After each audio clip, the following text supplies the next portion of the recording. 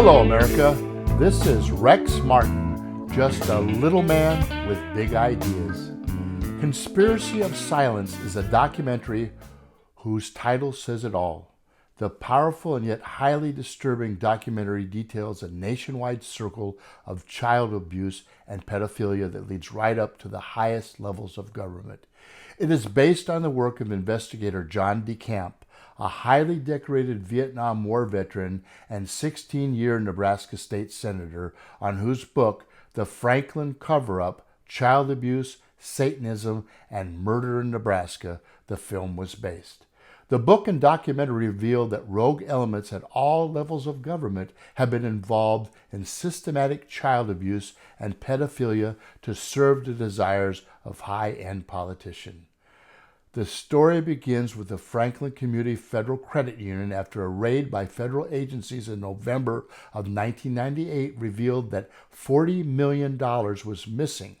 The Nebraska legislature, of which DeCamp was a member, then launched a probe into the affair, which initially looked like embezzlement, but soon revealed itself to be much deeper.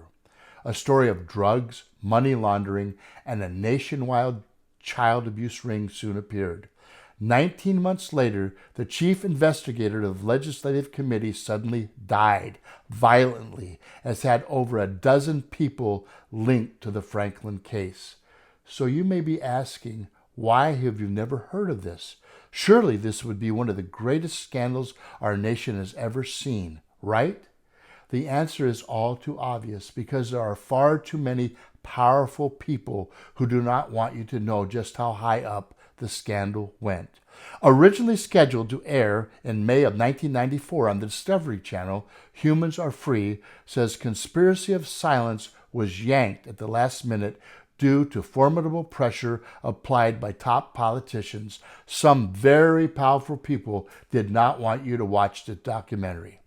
It may be very timely to revisit this scandal, considering there may be a very similar case unfolding before our eyes, that of Jeffrey Epstein, who was just arrested and charged with child trafficking. There have been murmurings on both sides of the aisle that some very powerful people may be implicated in the case against the financier, who appears to have recruited and pimped out an untold number of underage girls to some of our nation's most powerful players. This is Rex Martin saying, stop the madness.